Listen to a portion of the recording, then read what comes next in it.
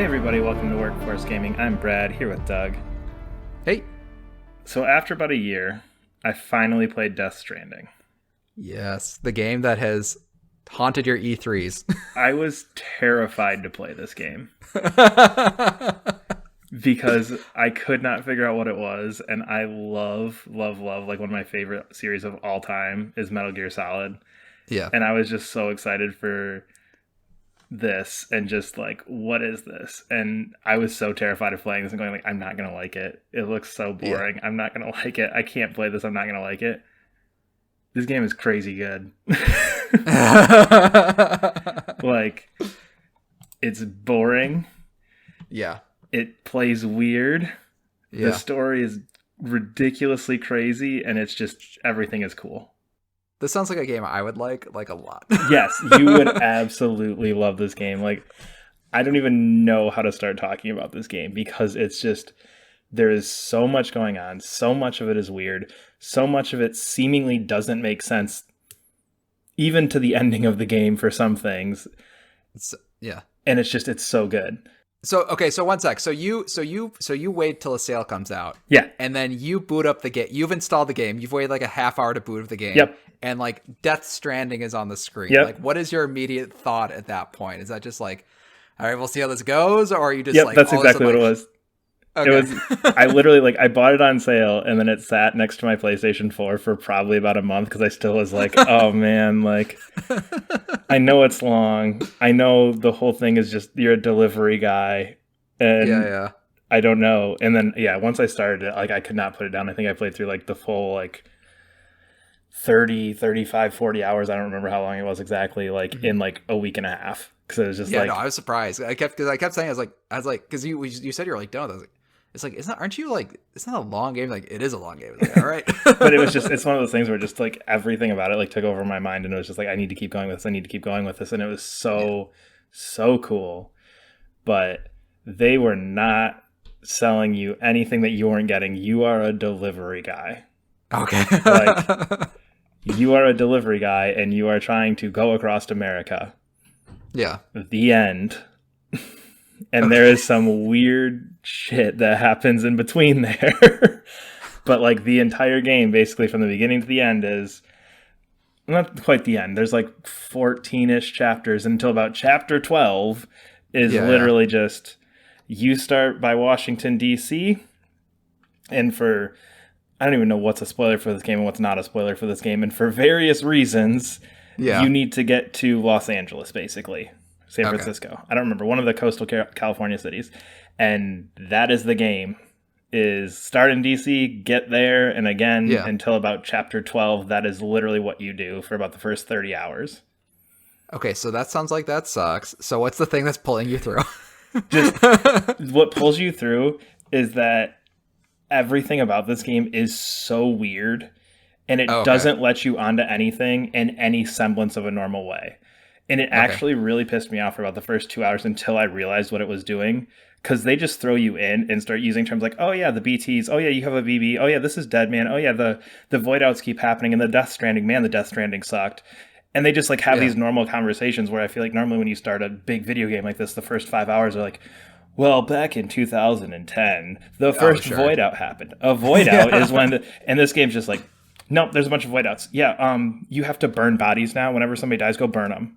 We built these incinerators. Don't ask questions. Just, can you take this body up to the incinerator? And he's like, another one, really? And you're like, this is the first one. What are you talking? Like, I don't. Why am I taking this body to burn it? Like, why do I have to? And they're like, because of void out. Duh. What's wrong with you? And you're like, what the hell's a void out? That's so. I love when games do that. I think the Arkham Asylum games did that really well. Like they just like the Batman games just like drop you in the middle of Batman universe and don't explain anything. That's a good feeling though. But you're like learning this universe then. Like that's kind of part of the game is the gaminess of actually just learning the universe. So I can't tell what's a spoiler and what's not with this because there's so much weird information coming in and out, and all of those trailers were just cutscenes straight out of the game. Those batshit crazy trailers. You'll just be playing the game, you're like, oh, this was that 5-minute trailer from E3 2017, and it's just a part. It just is a story cutscene. But the basic thing is that the Death Stranding is basically this event that happened, and this event happened, and basically it just destroys everything in various different ways, and various different things came from it. But basically all all of humanity becomes isolated into their little pods, and like there's no more internet, there's no more connectivity between anything. So basically like each city has like different pieces of information. So like as you go across the country, you connect with these things and you'll unlock like different interviews. You'll unlock like different people who know different things. So like Deadman, who's the one that's Guillermo del Toro, will be like, oh man, you just connected us to this. Like they had this research that they knew was going on about this, this, and this. So now we know why these things are happening. Okay. And just so is that just a codex that's updating though, or is that essentially like it's you have like a log of like interviews. So it'll be like interviews and it'll say like 2 years prior to the Death Stranding, 3 years after the Death Stranding, the first expedition across America. Like it'll have like all these different things that like time frames, and it'll be like, oh yeah, at this time we knew this, and oh, when this person got here, they learned this piece of information. So as you're going across the country, you kind of get these pieces of information all put back together. So is your character like podcasting? Is like they're listening to podcasts as they're going through of these interviews and that sort of thing? It's like data files. It's like, okay, imagine think of it like like the University of California had this research going on at the same time that the University of Virginia had this going on, but they didn't know they were both like connected, and they didn't know what the other one was doing until you get there and you're kind of connecting them together. Oh, that's cool. That's neat. But again, the first hour or two, it just like it threw me off so much because you're like, I don't know what the hell's going on. Why is any of this happening? Sure. And again, once you figure it out, you still have that feeling of like, I don't quite know what any of this is. Like, I don't know, like, what's it? They keep talking about beaches. What's a beach? Like, people die, maybe. Like, and just everything is explained in such a weird way, and it very much has that Metal Gear Solid like clear government conspiracy, clear like. Weird, like different groups and terrorist organizations, and everybody has their own like motives, and it has so much of that like backstabbing, but working together. But are we on the same side or are we not on the same side? And Sam, Norman Reedus, the main character, is just kind of in the middle going like, just give me a freaking package and tell me where to go the whole time, because he basically is like kind of strung along through this and through all these areas with like fairly limited knowledge compared to some of the other characters, and there's a lot of just like, I just got to go do it. I just got to get there. You need me to what now? Like, we just got to get there. And again, the characters are all awesome. Every character is really well created, really, really has meaningful different motivations for going through this, where like each one has a different reason to help you, has a different backstory of how they're connected to all this, has a different reason why they want to do this thing to unite America, which is ultimately your goal. Yeah. So, I mean, are you like the main character? I mean, sorry, this is a dumb question.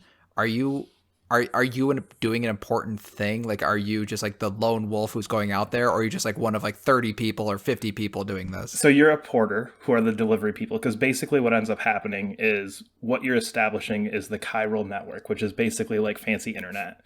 Sure. So again, I don't want to get too much in the way of what that is, but basically what that can do is it can send information rapidly between everything. So basically like the internet.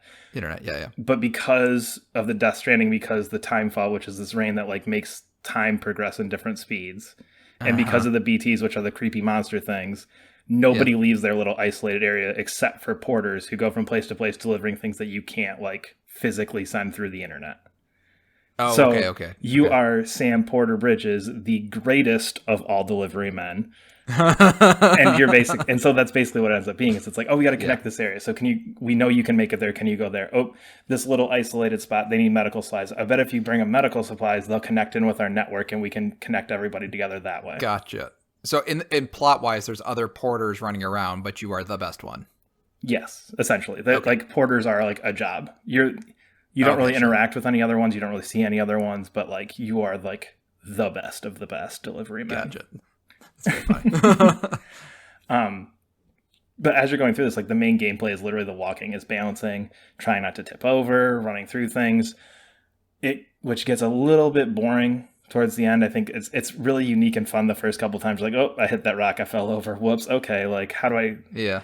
And there are certain parts where it's just frustrating. Like there's a couple of areas on the map that are just like huge rocky terrains where it's just like, this is just a pain in the ass to get around. Mm-hmm. And that gets a little bit irritating. Once you get vehicles, I think things get a little bit better. And the vehicles like control real goofy. And it's that kind of like weird, like janky, but fun vehicle. Sure. You're like, Yeah. I can ramp my giant truck over top of this rock and then like have it knock into 4 other rocks, spin around, and oop, there we go. Okay. I mean, I mean, is that basic gameplay? I mean, like you're saying, it's like the basic gameplay loop is like pretty fun. It's like a weird gameplay loop if you're just saying, oh, well, you're just walking and balancing, but is it fun to control and that sort of thing? Kind of. Again, it kind of it goes in and out because there's different parts where once you kind of get the hang of walking, you're like, okay, whatever. Then you get some tools. You can build ladders. You can build ropes. You can build that kind of thing. Like, oh, okay, that's kind of fun. Like you can kind of like open up some more paths. Then you get vehicles. And you're like, okay, I can go further distances now. It's fine. There's terrorist groups in the middle where you can fight them. So you've got it plays just like Metal Gear Solid, where you've got your hand-to-hand combat that's like works but isn't very effective. You can get some guns and things like that to kind of get around these terrorist groups, but for the most part it's just walking, and it's very much, I think both of us tend to enjoy those games where it's like, oh, you're just walking from story beat to story beat. Yeah. And it does get to that feeling a little bit, especially there's a couple sections that are just way too long where it's like, okay, there's 4 individual guys hiding up in this mountain. Go find the 4 guys. Oh, sure. Walk around for the next 4 hours and just walk to this guy and you'll get a 30-second cutscene going like, oh, cool. Thanks for bringing me that, Sam. Appreciate it. And then walk to the next. Other guys on the other side of that mountain. So is the problem not necessarily the gameplay, but maybe the like the goal structure? A little bit the goal structure and a little bit just some of the pacing. Because there's good chunks of this where like for like 8 or 9 hours it's just like boom, boom, boom, boom, boom, boom, boom, like big thing, big thing, big thing, big thing, and then you get to these kind of drawn out sections where it's like, okay, all right, one more of these little guys out in the middle of the mountains, and then we can get back to the important stuff. So that gets a little taxing, but the world though is so cool and it's so well designed. Just the mountains, climbing them. It has one of my favorite scenes ever, I think, just in terms of snow. There's like, at one point you have to kind of climb up into these big snowy mountains. And if you live in like places where there are blizzards, it feels like driving in a blizzard. Like you cannot see more than probably 3 feet in front of your car. Oh yeah. And you have like no real gauge of anything else other than like the waypoint is that way. So you're just like pointing your car that way. And you're just like, oh God, I hope I don't fall off this mountain. I hope I do this. And you can kind of like, so you're going slow it was like one of those things where I've never had that real life connection in a video game before, where it's like, I've never played a video game where I feel like I'm actually driving through a blizzard. Sure. Yeah. That's kind of cool. And again, like just, you get these scenes where you'll come over the part of a mountain and the game has no real music, but then it'll put in these like weird tracks. I can't remember the band name, but it's this like electric music and everything, and you'll just come over the peak of a mountain and you'll see like the city off in the distance, and then like this track out of nowhere will just kind of kick in, and play as you're going towards the city, and just creates this really cool mood as you're walking there. And like when you see the city in the distance, you can actually go to the city then, right? Oh yeah, it's one of those like you can go everywhere you see. Oh, okay, yeah, interesting. But yeah, it's. Yeah, I don't want to ask about like spoilers, but like if because I mean it sounds like you like really enjoy it, and like it seems like they spent a lot of work in this universe. Yeah. I don't know how to ask without like doing spoilers, but like, do you just want to see another Hideo Kojima game, or do you want to see another game set in the Death Stranding universe? Both. Okay. Sure. It's a hard question for spoilers, just because of the way things end. And again, it definitely has that it's wrapped up, but I think it's wrapped up feeling at the end. Sure. So there's definitely room that you could go for more, I'm sure, if you wanted to, but at the same time, it very much has a very satisfying conclusion. It at no point does it feel like, oh, this is the start of a franchise. Like you never get that feeling. Whereas I feel like when you play entirely through God of War. Yeah, exactly. When you're at the end of God of War, you're like, that was a good. Oh, and there's going to be more. Like more. Yeah, it's you don't have too that many hints feeling. in that game. So yeah, and it's just. I do think I would like to play another game structured like this. I think you could learn a lot of lessons from this one, just in terms of pacing, in terms of kind of some of the more boring sections, the parts that get a little bit more drawn out. I think you could definitely learn some stuff from that and make this into if you knocked 5 or 10 hours off of it, a really tight, compact, like 25-hour game that's all awesome. So, I mean, you walked into this game really loving the Metal Gear Solid series. Yep. I mean, I imagine that's still pretty untouchable. Is this game even like getting near that, or does it just have kind of interesting aspects you like from that series, but it's still like maybe Metal Gear Solid is just Metal Gear Solid? I mean, you could. It's very much the same style of thing. I think Metal Gear Solid has a lot more things I like in terms of just game structure. Sure. Okay. Yeah. I think that's more of where I would still go like, oh, okay, the Metal Gear Solid by far is still superior. But this game, for what it is just such a unique game that I don't think you can do justice in describing it. I don't think there's any way you could describe this game and go, I did a good job. I think people understand what this game is, because it's so weird. Sure. And because there's just so many moments where you're like, where the hell did that come from? How did that work? There's constantly surprises. There's constantly this feeling of like, I think I understand it. And then they'll throw something else at you where you're like, I don't even understand how this world works anymore. I played 12 hours of this game and I couldn't even tell you what this dude is doing right now, but he's doing this crazy thing. And okay. But dang, that sounds super cool. It is. I definitely should check it out, especially now. I think you can get it for like $20-$30. It's so cool. It's so unique. There is nothing else like it, and I think that alone makes it worth trying out. Shit. I've been looking for a game to buy recently. Here it is. I'm sure it'll look pretty on your PS5. I know, but then I was actually just thinking that, but I'm saving Ghost of Tsushima for my PS5, but I think the PS4 version of Death Stranding should be just fine. Oh man. Yeah, it's definitely. I definitely don't think like you'll be like, oh man, that looks so much better on PS5. I think it's one of those ones like, that carved off some rough edges. Sure. Sure. Yeah. I mean, it's pretty barren wastelandy sort of thing. I can't imagine like too much is going to pop up. Yeah. Cool. Exactly.